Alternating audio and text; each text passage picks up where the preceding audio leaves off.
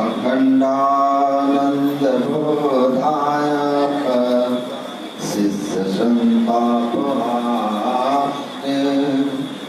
सच्चिदानंद रूपाय रामाय गुरवे नमः।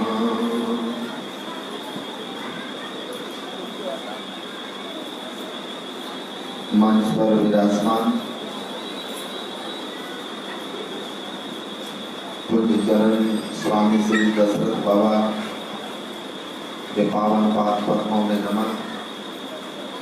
पूज्य चरण स्वामी श्री राममूर्ति बाबा, पूज्य श्री सभापति बाबा तथा समस्त गुरुजनों को नमन। परम आदरणीय सत्संग प्रेमी महानुभावों, धर्मानुरागिनी माताओं एवं धर्मशीला बहनों, आप अभी हमारे परम आत्मीय श्री राममूर्ति जी महाराज से पूज्य साधु बाबा जिनकी पावन पुण्यतिथि है के साथ साथ मानव शरीर की महिमा और श्रद्धा बस कुछ मेरी भी तारीफ सुन रहे थे। सज्जना, मैं जानता हूँ कि अगर मैं बल्ब हूँ तो उस बल्ब में जो बिजली है वह उन्हीं का है, उन्हीं की शक्ति है, उन्हीं का कृपा कि मेरे संस्कार उनके सानिध्य में बचपन से ही अच्छा बना। और आप हमारे पूज्य सभापति भैया से सुन रहे थे इनके जीवन को किस तरह उन्होंने ढाला और ये तो पीढ़ी है संस्कारों की। वो बिल्कुल ही नहीं बोलते थे, लेकिन अपने प्रकाश का हम सभापति भैया को दिए तो ये उनके जस्ट बात थे तो थोड़ा थोड़ा ये बोलते हैं कि नहीं बोलते, बोलते हैं कि नहीं। मैं इनके बाद आया तो थोड़ा ज्यादा बोलता और बोलने में प्रमोशन है ये, लेकिन जो साधना है वो मूल चीज है। साधना मूल चीज है और जो साधक होते हैं वो गुरु महाराज कहते थे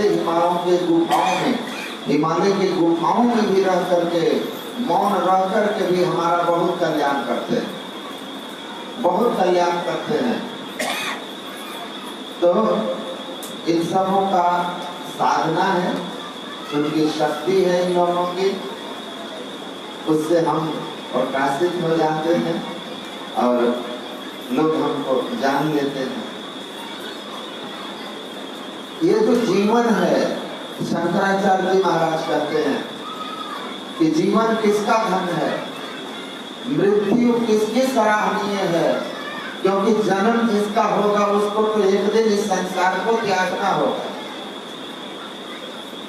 तो जीवन मिला है तो मृत्यु संग है। और आपको आश्चर्य होगा, मैं कोई बड़ा साधक नहीं हूँ, ग्रंथ जरूर बहुत पढ़ा हूँ, पढ़ता हूँ, आज भी पढ़ता हूँ। अब मेरे बिछावन पर मुझसे ज्यादा सीट हमारे किताब छेके हुए रहते हैं। जितने जगह पर मैं सोता हूँ उससे ज्यादा जगह हमारे जो ग्रंथ है वो हमारे बेड को छेके होते हैं। अब यहाँ अगर सोएंगे तो यहाँ भी मेरे पढ़ने वाले 2-4 किताब पढ़े होंगे जो मैं अपने साथ लाया हूँ। मतलब जहाँ सो जाएंगे पुस्तक ग्रंथ मेरे पास होता है। तो ये अब पुरानी आदत है, बचपन से आदत है पढ़ने की, वो बनी हुई है।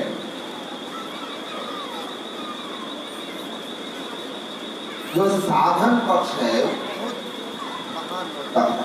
हेलो,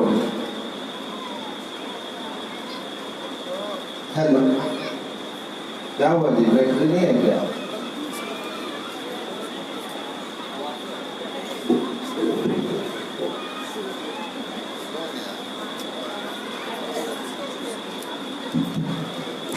हेलो हेलो, सत्संग में लोगों को नींद क्यों आती है? इसीलिए कि सत्संग में जाएंगे ना तो भगवान आपके लिए बहुत ही शांतिदायक बिछावन बना देंगे जमीन को, और नाच गान में नींद नहीं आती, पूरी रात जग जाइएगा, क्योंकि भगवान वहां बिछावन में कांटा चुभाते रहते हैं, तो सोने नहीं देते। यहाँ सो जाइएगा, शांति का स्थान है, सो जाने में भी घाटा नहीं है, ज्यादा लाभ होगा जब सुनिएगा, क्योंकि सुनिएगा तो समझिएगा, करिएगा तो मिलेगा। और सो भी गए हैं तब भी पत्थर अगर पानी में रहे, कुछ ग्रहण करे या ना करे, लेकिन सूर्य के ताप से तो बच के रहता है, ठंडा तो रहता है।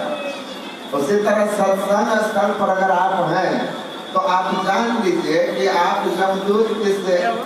जमदूत की मार से बचे हुए, और उसका पुण्य आपको होगा। तो शंकराचार्य जी महाराज कहते हैं कि यह जो जीवन है, ये जीवन किसका सार्थक है, मृत्यु किसकी सराहनीय है, क्योंकि जन्म हुआ है तो मृत्यु होगी, आए हैं सो जाएंगे। आप सुन रहे थे कि आए हैं सो जाएंगे, राजा रंग फकीर, लेकिन जाने में अंतर होगा, जाने में अंतर होगा। एक सिंहासन चढ़ी चला, एक बांधे जात जंती। तो आना इनका सार्थक होगा, जिनका जन्म लेना सार्थक होगा, उन्हीं की मृत्यु भी सार्थक हो जाएगी, सराहनीय हो जाएगी। तो जीवन किस लिए? शंकराचार्य पूछते हैं जन्म लेना किनका सार्थक है, तो वो कहते हैं कि जिसने ईश्वर से किए हुए अपने वादे को निभा दिया, पूरा कर लिया। तो ईश्वर से वादा क्या है? तो धर्म ग्रंथ में लिखा है जब बच्चा 9-10 महीने का हो जाता है, सभी अंग पूरे हो जाते हैं, तो उसको अपने पूर्व जन्म की याद आती है, और तब बच्चा सबको हटाइए या शांति से बैठाइए, तो उसको पूर्व जन्म की याद आने लगती है, कौन कौन से योनि में गए, कौन कौन से कर्म किए, क्या क्या दुख सुख होगा। और उस स्थिति में देखता है कि माँ के गर्भ में है, और तब परमात्मा से प्रार्थना करता है, जब यह परमात्मा आप मुझे इस जगह से निकाल दीजिए, उल्टा लटका दुख में पड़ा हूं। गर्भवास में कॉल किया था, नाम भजूंगा मैं तेरा, आपका भजन करूंगा। भगवान से इस वादे को करके वह धरती पर आता है।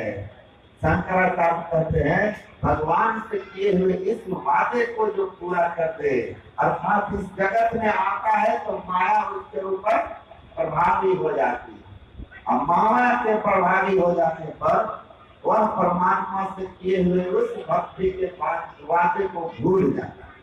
लेकिन कोई कोई संस्कारी या जन्मों के पुण्य प्रकट होने पर संत के शरण में चला जाता है, और संत के शरण में जाकर के सत्संग और ध्यान में लग जाता है, परमात्मा की भक्ति में लग जाता है, और अपने जीवन को सार्थक करता है। तो ईश्वर से हमारा वादा यही है। भगवान कह भी रहे हैं कि हम आपको मनुष्य शरीर इसीलिए दिए हैं कि आकर 4,84,000 जोड़ी भ्रमण के जीव अविनाशी विरत सदा माया कर करेगा, काल कर सुभाव तुम घेरा कबहू के करी करुणा कर दे ही अतीर्थ इस दिनों तीर्थ सने ही। परमात्मा कृपा करते हैं और मनुष्य का शरीर देते हैं जब आप विभिन्न प्रकार की जोड़ियों में भटक रहे हैं। उनकी कृपा है। राजा यदु महाराज को दत्तात्रेय जी कहते हैं, यह प्रात्मान से लोके मोक्ष द्वारा मापाभिधम गृहेषु सत्स्थमवत्तमारूढ़ं चितम विदुः। दत्तात्रेय कहते हैं, हे महाराज यदु, आप सुनिए यह परमात्मा का दिया हुआ मनुष्य का शरीर खुले हुए जन्म मरण से मुक्त होने के लिए मोक्ष का द्वार है। ऐसे मोक्ष के द्वार से युक्त साधन धाम मोक्ष का द्वारा, ऐसे मोक्ष से युक्त जन्म मरण के तत्व से छूटकर शाश्वत सुख शांति और आनंद में इसका धाम पाने का यदि रत्वा निवर्तन धाम का जहाँ जाकर भी सुख में संसार में नहीं आता, उस मेरे परम धाम के लिए जो प्रयत्न कर लेता है वह मनुष्य शरीर है। और मनुष्य शरीर पाकर उस राह को जो पकड़ने का प्रयत्न नहीं करता तो कहते हैं कमारूढ़ चिदम विदुर। हे राजा यदु, आप इस चक्कर में मत रहिएगा कि ये राज आपका सदा रहने वाला है। राज करते राजा जय है, रूप करते रानी, और चंद्रोदय है, सूर्योदय है, जय है हवा और पानी, जिया जाएंगे हम जाने सब ही जाएंगे। साथ हो इंद्रधन का गाँव, वीर मरे पैगंबर मर गए जिंदा जोगी, राजा मर गए प्रजा मर गए पैदा रोगी। यहाँ कौन रहता है? यहाँ कोई ना रहे, या जगत चला जाए। यहाँ कोई रहने वाला नहीं है, सब जा रहे हैं, लेकिन जा कैसे रहे हो? जीवन इसी पर तुम्हारा सफल और असफल हो जाएगा कि जिया कैसे आपने, जाना तो था ही, गए कैसे? पाप की कोट घरे से ऊपर कि पुण्य की कोट दिल के ऊपर? कौन सी कोट आप लेकर के गए हैं? इसीलिए कहा याद रखिए, साधु संग गुरुदेव वहां चले जाइए, ज्ञान भक्ति वैराग्य वहां से पाइए। संगत ही चल जाए चलता राम की, और दुल्हा बिना बारात कहो शाम की। जिस बारात में दुल्हा नहीं, उस बारात का कोई अर्थ नहीं होता। वैसे संग जहाँ ईश्वर भक्ति की बात ना हो, वैसे संग को मर जाना, जल जाना, नष्ट हो जाना अच्छा है। ऐसे के संग में मत रहो जहाँ तजो मन हरि विमुख के संग, जिनके संग कुमति उपजत है भजन में हम। तो संग उनके कीजिए जो गुरु भक्ति में लगे हुए हैं, ईश्वर भक्ति में लगे हुए हैं। उनसे आपका नहीं जुड़ेगा तो आपके सत्संग में, आपके भक्ति में आपकी दृढ़ता आएगी। तो मानव शरीर मिला तो किस ओर चलना है? वो कहते हैं अगर परिवार आप अगर भक्ति भजन नहीं किया और गृहस्थ कैसे आसक्त रह गए, जैसे पक्षी की तरह। पशु पक्षी के भी तो बाल बच्चे होते हैं। सूरदास जी कहते हैं उन्हों के घर सुतदारा है, यह बात हम कैसे? बक बकी और गीध गीधनी आई जन्म लिए तैसे। गीध गीधनी बगला बगली वे जैसे हैं वैसे आप भी हैं। अगर गृहस्थ सत्य सर्वा, अगर केवल परिवार और बच्चों की व्यवस्था में लग करके आत्म कल्याण के लिए समय नहीं निकाल रहे हैं तो याद रख लीजिए, मन परदेसी रे यह नहीं अपना देश। अगर उस दिन का ख्याल नहीं है, करो रे बंदे वादन की तदबीर, जब जब राजा आन पड़ेंगे लेके घर नहीं। उस दिन की याद कर लीजिए, आप उस दिन को याद रखिए। बाकी एक धाम को दिल पर कर लेना, स्वार्थ के सब चेहरे, अपने अपने सुख के साथी हेर न को सुख तेरे। मैं अपनी बात बताता हूँ। गुरु महाराज कहते थे ना कि जब किसी ने उनसे पूछा कि आपने वैराग्य क्यों धारण कर लिया इस युवावस्था में, आराम है, तो गुरु महाराज जी ने कहा था, सदगुरु महर्षि में ही परमहंस जी महाराज ने, कि मैं तीसरी जमात में पढ़ा था कि और मैंने मत डाली, एक दिन सभी लोग मरेंगे। ये बात मेरे मन पर ऐसा अंकुश का काम किया कि मैं सोचा कि जब मरना ही है तो सत्य को जान लेना चाहिए। गुरु महाराज 100 वर्ष तक इस संसार में अपने सामर्थ्य से रहे थे और लोग कहते थे कि आप तो सत्संग प्रचार करते हैं, शरीर जब इतना आपका जर्जर हो गया है। तो गुरु महाराज कहते थे बिछावन पर पड़े पड़े सड़ के मरने से मैं सत्कर्म और सद्ज्ञान का प्रचार करते हुए शरीर का अंत करना चाहता हूं। तो उनके मन पर उस ज्ञान का प्रभाव पड़ा। मैं एक बार 8वीं में पढ़ता था तो हम लोग ऐसे बैठ के बात कर रहे थे, 2-3 लोग। मेरे वो बड़े भाई साहब ब्रह्मलीन संत कपिल देव जी महाराज भी बैठे हुए थे। तो हमको पूछते हैं कि पढ़ के क्या कीजिएगा, तो तो हम बच्चा थे, हम बोले पढ़ करके अफसर बनेंगे, तो उससे क्या कीजिएगा? हम बोले ढेर पैसा कमाएंगे। पैसा का क्या कीजिए, कितना कमाइएगा? तो हम बोले कि 100 करोड़, 100 करोड़। तो क्या कीजिएगा? हम बोले बड़ा सा मकान बनाएंगे, बहुत बड़ा होटल बनाएंगे, जो मैं बोल रहा था ये बनाएंगे, वो करेंगे। वो सुनते सुनते हमको कहते हैं कि मरना भी है। बोले मरना भी है, इसको भी याद रखना है उसी बीच में। ये सब तो करेंगे लेकिन मरना भी है कि नहीं है? और जैसे बोले ना मरना भी है, इसको भी याद रखिएगा। तो हम उसके बाद जिंदगी में जब भी कभी पढ़ते हुए सोचते थे कि ऐसा करेंगे ऐसा करेंगे, उनकी बात याद आ जाती थी कि मरना भी है, याद है कि नहीं। बस हमारा सारा संसार के व्यवस्था का चिंतन समाप्त हो जाता था, क्योंकि मौत का भय ऐसा होता है कि उसके बाद सब छिन्न भिन्न आपकी कल्पना हो जाएगी, कल्पना छिन्न भिन्न हो जाएगी। और एक शब्द उनका था कि मरना भी है, याद है कि नहीं? कि घर बनाएंगे, मकान बनाएंगे, होटल बनाएंगे, ये बनाएंगे, आयु भी तो निकल जाएगी, फिर मर भी जाएंगे। तो जीवन है, एक दिन जाना है, और इस बात से डरता नहीं है। इतना तो है हमको हिम्मत। एक दिन रात में मैं 1-1:15 बजे उधर चला गया था शमशान घाट के तरफ। तो एक आदमी उधर से जला करके देखते होंगे, तो वो थोड़े डर से गए थे। तो एक्चुअली मैं गया क्यों, मुझे कोई कहा कि उधर भूत बोलता है। तो मैं बिल्कुल अपने ट्रक की लाइट भी नहीं जलाया था और धीरे धीरे जा रहा था कि भूत बोलता है तो हम सुनेंगे कि भूत किधर है। लेकिन हमको भूत नहीं मिला, हम उधर से घूम के चले आए। फिर हम सोचे कि कहीं गांव में हवा न कर दे कोई कि उधर भूत रहता है, हमें को दूर से हमें को भूत समझते हल्ला कर देगा। तो चरवाहा लोग उधर जो रहते हैं या जिनकी खेते हैं, उनको भी डर होने लगेगा कि कहीं पे भूत रहता है। तो जीवन का ठीक है, आना जाना लगा रहता है, उसके लिए कभी मैं परवाह नहीं करता। इस बात के लिए मैं कभी मेरे मन में नहीं रहता कि मर जाएंगे।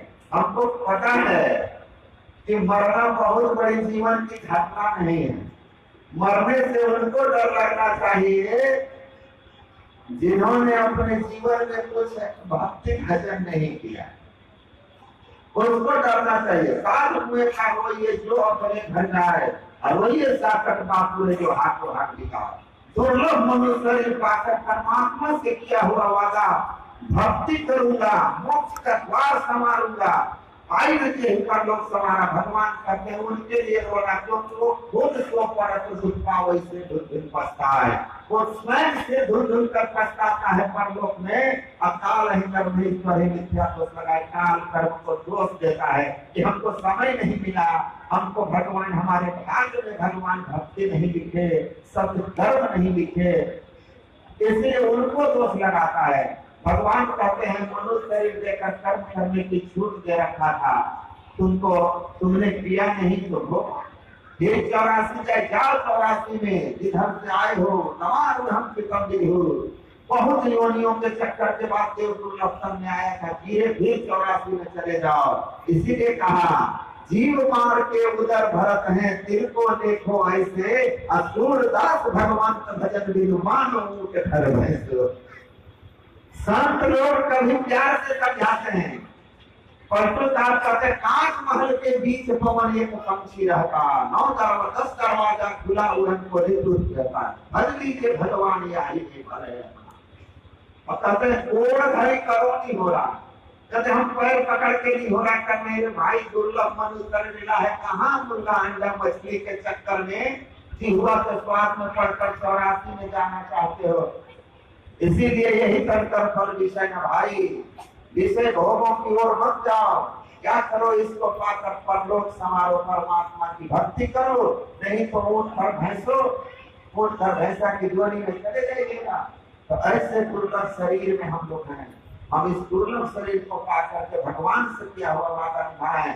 जिनकी पुण्य तिथि है उन्होंने इस वादा को पूरा निभाया, जीवन को समर्पण कर दिया, भगवान की भक्ति में शरणागति चरण में लगा दिया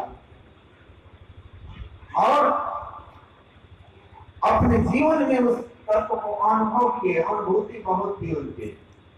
मुझे तो कभी कभी कुछ कुछ बोल भी देते थे, कभी कभी हमको कुछ कुछ बोल भी देते थे।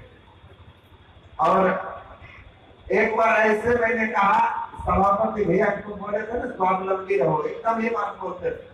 तो मैंने एक दिन कहा उनसे कि हम तो प्रचार करते हैं, नौकरी वगैरह कुछ करते नहीं, सब छोड़ छाड़ दिए।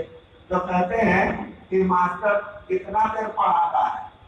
कॉलेज में प्रोफेसर एक लेक्चर देता है 2 लाख रुपया वेतन देता है। आपका लेक्चर क्या कॉलेज के प्रोफेसर से कम महंगा है? आप अगर लेक्चर दे करके अपने लिए रोटी कपड़े की व्यवस्था कर लेते हैं, किसी से कुछ नहीं मांगते, तो ये स्वावलंबन नहीं है क्या? तो ये भी स्वावलंबन है। तो जो प्रचार कर रहे हैं, गुरु महाराज भी कहते थे कि देखो मेरे हाथ में ठेला है, जो लोग किसी का कुछ खाओ तो ज्ञान दे करके खाओ, तो तुम्हारे ऊपर कर्ज नहीं होगा, और नहीं तो खुद की कमाई के खाओ, नहीं तो कर्ज ले करके जाओगे तो आज नहीं तो कल किसी न किसी रूप में आकर के चुकाना पड़ेगा। तो सभापति भैया उनके दूसरे पक्ष को मान लिया, अपनी कमाई मेहनत करके आते हैं, किसी का लेते नहीं है। जीवन बिताओ स्वावलंबी, धर्म भाड़े छोड़कर, संतों की आज्ञा है नहीं मानकर चल छोड़ी कर। उनके इस ज्ञान को इन्होंने पकड़ के अपने जीवन को राह लगा दिया, राह लगा दिया। ये कभी कभी हमको कुछ कहेंगे तो हम इनको बोलते हैं कि एक बात जान लीजिए, ना आप राम से बड़े हैं, ना कृष्ण से बड़े हैं, और ना इस धरती पर कोई सीता से पवित्र है। लेकिन इस दुनिया में जब आइएगा ना, तो राम भी बन के रहिएगा तो उंगली उठेगी, कृष्ण भी बन के रहिएगा तो उंगली उठेगी। उन अंगुलियों की ओर मत देखिएगा, आप अपनी ओर देखिए। मेरा राह सही है, भौंकने दो, जब भौंकत है तो भौंकन दे, उनको भौंकने दीजिए, आप अपनी राह पर चलते रहिए। आप अगर संसार के अपने आप को सही राह पर लेके चलिएगा, स्वाभाविक है सूर्योदय होगा तो कमल खिल जाएगा, कुमुदनी मुरझा जाएगी। 2 फूल है दोनों, कुमुदनी भी और कमल भी। कमल सूर्योदय के साथ खिलेगा, कुमुदनी मुरझाएगी। चंद्रोदय होगा तो कमल की पंखुड़ियां बंद होगी और कुमुदनी खिल उठती है। तो सबके संस्कार हैं। तो इस संत महात्मा को देखते हैं तो कहते हैं निकम्मा है। हम और संदीप एक बार जा रहे थे, ट्रेन में चढ़ गए, खड़े हैं, स्लीपर में चढ़ गए तो खड़े हो गए, टिकट जनरल का था तो खड़े हो गए, एक कोना में रख करके। एक आदमी बोलता है कि आजकल के महात्मा लोग तो हवाई जहाज में चलते हैं, महंगे महंगे कार में चलते हैं। एक और महात्मा लोग हैं कि खड़ा होकर के धक्का खा रहे हैं स्लीपर क्लास में। तो दूसरा कहता है ये पेट भरुआ सब होगा, कपड़ा पहन के पेट भरने वाला हो। तो अब हम उसका सुने कि पेट भरुआ है। और जब फॉर्चूनर कार किया, कार श्री की 30-32 लाख के सेठ दान में दिए, और उस कार में बैठ करके जा रहे थे। हमको याद है पूर्णिया के लाइन बाजार के पास कार रुकी हुई थी, थोड़ा जाम था, तो 2-4 लोग जा रहे हैं। तो कहता है क्या कि सब साधु है, भोगी सब है, 30 लाख के कार में चढ़ा हुआ है। तो हमको बड़ी हंसी आ गई। आचार्य श्री पूछते की बात है, बड़ा जोर से हंसी दिए। कहे कि हुजूर जब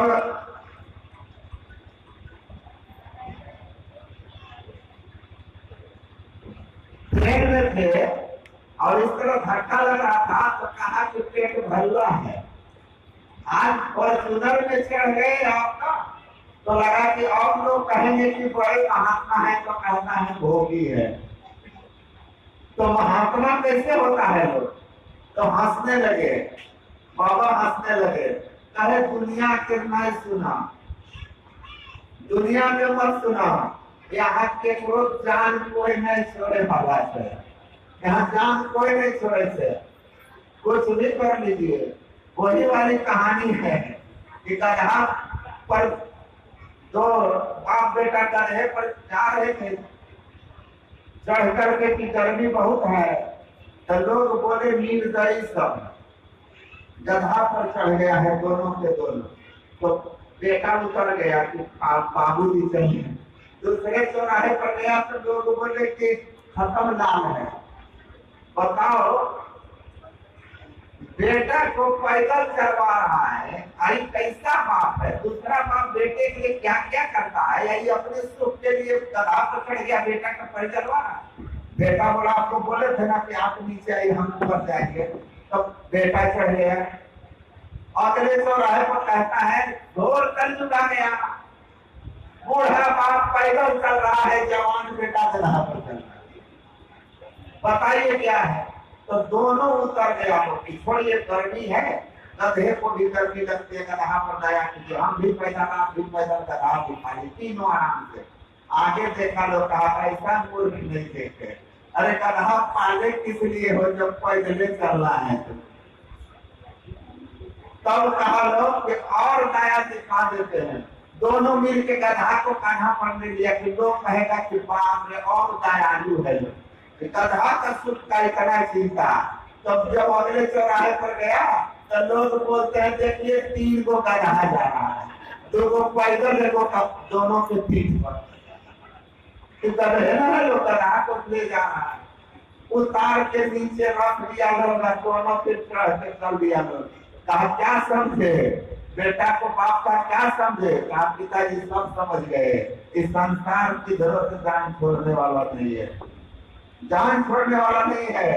आप कमा के खाइएगा तो कहेगा कि साधु बन के कमाई कहाँ कर रहा है, क्या जरूरी है मखाना का खेत खरीदना का, तो तुम्हें एक कटोरा लेके जाएगा मांगने, कटोरा लेके जाए कि बाबू दीजिए, अब तब कहोगे देखते हैं जवान है भीख मांग रहा है, पढ़ खत्म नहीं ठाला है, तो कोई जान नहीं छोड़ेगा। इसीलिए इसके आदेश में रहिए, यही मार्ग सुन के साथ लखावे, यही मत समय सुख पावे, जिस रजो वर्णन साफ। देखिए तो ऊपर देखिए इनका भेदभाव कर रहा है,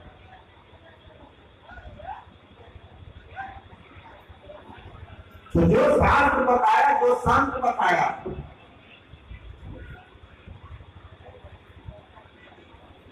संत और शास्त्र जो रास्ता बताए हैं, सदगुरु ने जो आपको रास्ता बताया है, आप सदगुरु की आज्ञा में रहिएगा तो गुरु की कृपा से आपके सारे पाप का चले जाएंगे। इसीलिए कहा कि जो संत महापुरुषों के सदग्रंथों के राह पर चलता है, ईश्वर से किए हुए वादानुकूल परलोक संवारने के लिए भगवत भक्ति करता है, उसका जीवन सफल होता है। और ऐसे ही मनुष्य जब शरीर त्यागता है तो वह दुर्गति में नहीं जाता, 9 द्वारों में फंस करके मृत्यु के मार को खाते हुए, दम के मार खाते हुए नरक में नहीं जाता, उत्तम गति को प्राप्त करता है। उसकी मृत्यु सराहनीय होती है, जो इस तरह से जाता है, मृत्यु मूर्धन पदम दत्वा अनुमोहात गृहम भूतम, जो काल के माथे पर पैर रख करके और जाएंगे सिंहासन चढ़ कर, उसकी मृत्यु सार्थक होती है। इसीलिए कहा कि एक मृत्यु साधारण है, जब जम पकड़ कर ले जाता है, आंख से कान से नाक से कहीं से निकलिएगा, और एक मृत्यु होती है मरना है कि भांति का मरे जो जाने, कोई राम दुलारे से मरे बहुरी न मरना हो। एक 10वें द्वार से होकर निकला जाता है, वह 10वें द्वार मोक्ष का बड़ सुनेत्र है, साधक करके साधक उस द्वार को खोल लेता है, सहजता से 10वें द्वार से निकल जाता है, जाता योगी की नहु न पावा। ऐसे शरीर त्यागने वाले को काल को पता ही नहीं चलता, कहाँ कम काल की नाही, इस द्वार से निकलने वाले को पता ही नहीं चलता जमराज को कि किधर से जीवात्मा निकला और परम धाम की ओर चला गया। तो जो दसम द्वार को खोलकर, मोक्ष द्वार को खोल करके और तब अपने शरीर का त्याग करता है, उसकी मृत्यु सार्थक हो जाती है। हमारे ऐसे ही कुछ बड़े भाई थे जिन्होंने सबके सामने स्तुति विनती करा करके और सबके सामने सहजता से टाइम दे करके शरीर त्याग दिया। मैं उस समय बदायूं में था जब इनका शरीर त्याग हुआ रात के 8 बजे। मुझे लोग बोले कि हमको सूचना मिल गई थी आने के लिए। 3 आदमी हम लोग थे जो आने वाले थे, एक ब्रह्मानंद भैया, एक साकेंद्र भैया और एक मैं, तीनों आ रहे थे। उनको लोगों ने कहा कि वो लोग आ रहे हैं। उन्होंने 5 बजे से अपनी 3 अंगुली दिखा दी, ऐसे गर्दन हिला दिया कि नहीं। लोग जो थे वहां सब देखे, नहीं वो लोग आ रहे हैं तो गर्दन हिला, नहीं मतलब उनसे हमारी मुलाकात नहीं होती। और 3 अंगुली दिखाकर ऐसे किया। लोग बोले कि क्या बोल रहे हैं पता नहीं। और ठीक 8 बजे एकदम आराम से सत्संग हुआ, आरती हुई, गुरु महाराज को प्रणाम किए, माँ को प्रणाम किए और उसी क्षण अपने शरीर को 3 घंटे के बाद त्याग कर दिए। मैं वहां से लखनऊ आया रात ही रात, फिर वहां से ट्रेन पकड़ के पटना, और पटना से फिर हम कार रिजर्व करके यहाँ आते आते शाम हो गई थी। तो फिर उनका यहाँ पर जो है दाह संस्कार हुआ जहाँ समाधि है। तो ऐसे दिव्य और दुर्लभ पुरुष थे जिन्होंने अपने मृत्यु को जाना और सहजता के साथ पूरे होश में सहज शरीर को निकाल दिया। दूसरा आदमी मरता है, साधारण आदमी जब भी मार खाते बाद ज्यादा करके बेहोश हो जाता है, फिर कहीं से प्राण निकलता है। तो ऐसे जन्म और मृत्यु जिन्होंने दोनों सार्थक कर ली और जिनकी कृपा से बहुत हम लोगों के मेरे जीवन में जो है बहुत कुछ मिला, उनके आशीर्वाद से। उन्होंने तो मुझे आशीर्वाद दिया था कि वो पास ही है, एक गुप्ता से वो रमन गुप्ता, रमन चला, वो एक दिन बोले कि आप इतना विरक्त भाव में रहते हैं, प्रकाश बाबा को देखिए, महंगे महंगे कपड़े पहनते हैं, महंगे महंगे चप्पल पहनते हैं, और ऐसे मजाक करते थे कि जितना मेरे महंगा धोती का चप्पल उससे मेरे सारे शरीर के बस के बराबर इनका जूता चप्पल होता है। तो ऐसे वो बोल रहे थे कि आप इतने विरक्त भाव में और ये इतने जो है सुख सुविधा में रहते हैं। तो वो बोलते हैं कि सबका अपना अपना, इनका अपना है। बोले ऐसे ही बोले, अरे ये तो इसको जंगल में भी फेंक दीजिएगा तो बाजार खड़ा कर देगा, वहां ये जंगल में भी बाजार बता देंगे। तो बड़े लोग का आशीर्वाद था और बड़े ज्ञानी। जानते हैं, एक बात पढ़ के खत्म करूंगा, भैया जो है उनका पैसा बड़ा वाला, वो एनडीए में लगभग सेलेक्ट हो गया था, आर्मी अफसर में, क्लास 1 में।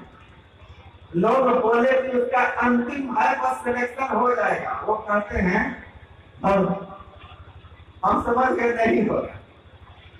तो उसके बाद हम बोले कि नहीं होगा, तो नहीं, हम बोले इंजीनियरिंग किया था, हम बोले उसके भाग में इंजीनियर ही बनना लिखा है। तो कहते हैं का, तो मैंने कहा कि जब वो इंजीनियरिंग कर रहा है तो इंजीनियर बनना भी नहीं लिखा और आर्मी अफसर भी बनना नहीं लिखा, तो लिखा क्या है? कहते हैं वो जहाँ जाना है ना, अभी तक गया नहीं है उस तरफ, एक बार उधर मुड़ेगा बस चलते रह जाएगा, चलते रह जाएगा। तो वो जब जा रहा था इंटरव्यू देने, तो मुझे गया में, मैं था गया में, हमको बताया कैसे इससे हमारा SBI के बड़े उनसे पद पर स्टेट बैंक ऑफ इंडिया में इंटरव्यू है। तो मैं बोला उसको कि जहाँ तुम्हारा इंटरव्यू है मैं वहीं जा रहा हूँ अपने एक एग्जाम देने के लिए। तो बोला कि अच्छा ठीक है, जरा देख कर लोकेशन और मेरा इंटरव्यू सेंटर कहाँ पर है एग्जैक्टली बता दीजिएगा। तो हम गए, उसका फोटो वगैरह खींच के लोकेशन बता दिए कि यहाँ पर होगा। तो हमसे थोड़ा सा आगे पीछे है तो भाई जैसा करता है, तो वो वहां से हमको बोलता है कि बाबा तो सब कुछ देख लेते थे, आप देख के बताइए उस इंटरव्यू स्थल के सामने है कि हमारा होगा कि नहीं होगा, क्योंकि आप तो वहीं खड़े हो जाए, इंटरव्यू होगा। तो हम बोले कि भाई तुम्हारे पापा से रात में पूछेंगे, वैसे तुम्हारे पापा बोले थे कि ना ये आर्मी में जाएगा और ना आर्मी अफसर बनने वाला है, ना इंजीनियर बनने वाला है, लगता है तुम सही जगह पर आ गया है। वहां इंटरव्यू हुआ उसका। उसके बाद हम पूछे, हमसे ये लोग पूछे कि मीडियम भी अभी पूछे कि क्या हुआ, तो हम उसको बोले क्या हुआ तुम्हारा इंटरव्यू हुआ था, तो कहता है कि मेरा नहीं हुआ। तो हमको बड़ा मन में हुआ कि ऐसे कैसे हो सकता, मुझे लगता था कि हो जाएगा। तो हम बोले कि रिजल्ट आ गया, तो बोलता है हो आना रहता तो होता नहीं, इतना दिन हो गया, हमको बोर्ड में बोला था 4-5 लोग इंटरव्यू ले रहे थे, बाद में हमको बोले कि thank you very much, we will see you within 2 months। मतलब 2 महीने में हम आपसे फिर मुलाकात होगी, मतलब 2 महीने में रिजल्ट आ जाएगा। तो नहीं आया, इसका मतलब वो लोग चुपचाप कर लिए होंगे। तो हम बोले कि अच्छा, जब रिजल्ट नहीं आया है तो अभी हो सकता है फिर हो। हमको विश्वास था कि वो बोले हैं कि उधर नहीं इधर नहीं, जिधर जाना होगा तो बढ़ते चला जाएगा। तो फिर देखिए कि जब फिर एक दिन अचानक हमको मैसेज किया अपना रिजल्ट मैसेज किया कि देखिए मैं स्टेट बैंक ऑफ इंडिया के सीनियर कॉर्पोरेट मैनेजर के पद पर चयनित हो गया, मेरा आ गया बेटा। तो हम बोले कि हमको विश्वास हो रहा था, बार बार उनकी बात याद आती थी, इधर नहीं उठा। तो बोले वो बोले थे, हमको लगा था मिस नहीं हो सकता। और वो भी हमको बोलता था कि बाबा हमको बोलते थे कि तुम इधर तुम्हारा नहीं होगा, तुम्हारा कहीं और होगा, उधर प्रयास करो, उधर प्रयास करो। तो बड़े भक्ति भाव, बड़ी उनकी पहुंच थी, और बच्चों का भी बहुत, बच्चों ने भी बड़ी सेवा की थी, उनकी बहुत सेवा की। और इतनी सेवा की जब वो बीमार थे, उस सेवा का वर्णन नहीं कर सकते। उनकी बहुत कृपा है, बहुत कृपा है कि उनका तो छोटा लड़का भैया कर रहा गया 2 महीना पटना हॉस्पिटल में, उसके साथ एक प्राइवेट हॉस्पिटल में इलाज हो रहा था। तो प्राइवेट कमरा लेकर के रहते थे, हॉस्पिटल में नहीं थे, एक प्राइवेट डेरा में लेकर आते थे। तो छोटा था, जा रहा था ग्रेजुएशन में एडमिशन के एग्जाम देने, तो बोला हम नहीं जाएंगे, 2 महीना से तो बाबा के सेवा में है, बाबा के सेवा में है, हम क्या लिखेंगे। भैया बोले जाओ एग्जाम दे के आना। हम नाम मूर्ति बाबा गए थे, तो कहते जाओ जाओ एग्जाम दे के आ जाना। तो बोले हम पढ़े कहाँ है, तो बोले कितना याद है, बोला हमको 50% ही याद है, सब भूल गए। तो भैया बोलते हैं क्या, वह 50% में से अगर सब प्रश्न आ गया तो पास हो जाओगे कि नहीं हो जाओगे। तो कहता है कैसा होता है, तो बोले तू जाके दो ना पढ़ने। वो जाके दिया, एडमिट कार्ड से फेंक दिया, लिख दिया, एडमिट कार्ड से भेज दिया, बोला हमारा नहीं होगा।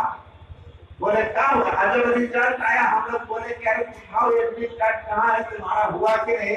एडमिट कार्ड खोजे तो मिलने नहीं करेंगे, रोल नंबर पता चले इसका हुआ कि नहीं हुआ। बहुत ढूंढने के बाद दूसरे दिन एडमिट कार्ड मिला, तो देखता है कि भाई उसका रोल नंबर तो पहले लिस्ट में आ गया है, सिलेक्शन हो गया। तो सेवा किया था लोग तो आशीर्वाद मिला, तो आशीर्वाद सेवा कभी निष्फल नहीं जाता। तो ऐसे महापुरुष जिनकी हम लोग पुण्यतिथि मना रहे हैं, कितनी महिमा गाएंगे कमी है। अब उनसे प्रेरित होइए, प्रेरणा लीजिए, और अपने जीवन को भी भक्ति में बनाइए। खूब संसार का काम कीजिए, लेकिन थोड़ा थोड़ा ध्यान भजन जरूर कीजिएगा, नहीं तो यह मानव तन के हाथ नहीं आएगा। अब की चूक माफ न होगी, दूल्हा नजर मुकाम।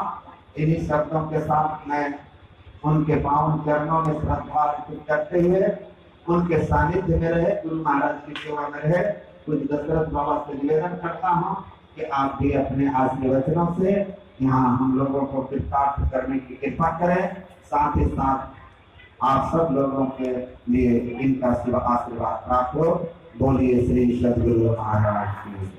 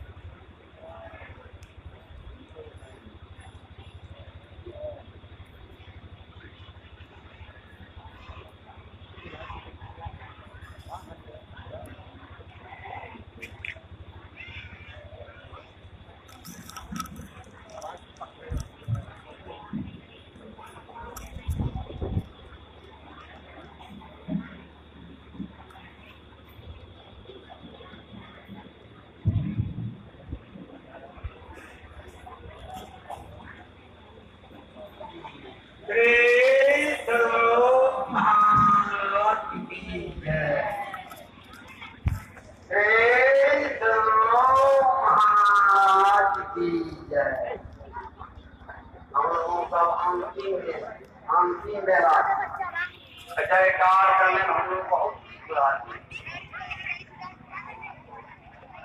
एक ऐसा जयकार करके खोल करके माँ बात हो जाए क्या भी बन जाए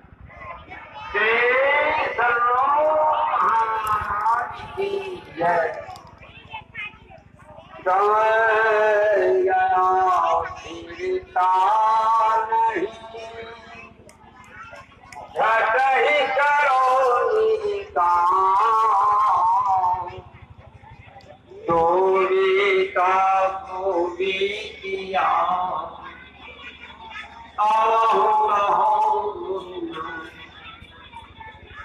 संत माता बिनु गति नहीं कर देगा तो जाओ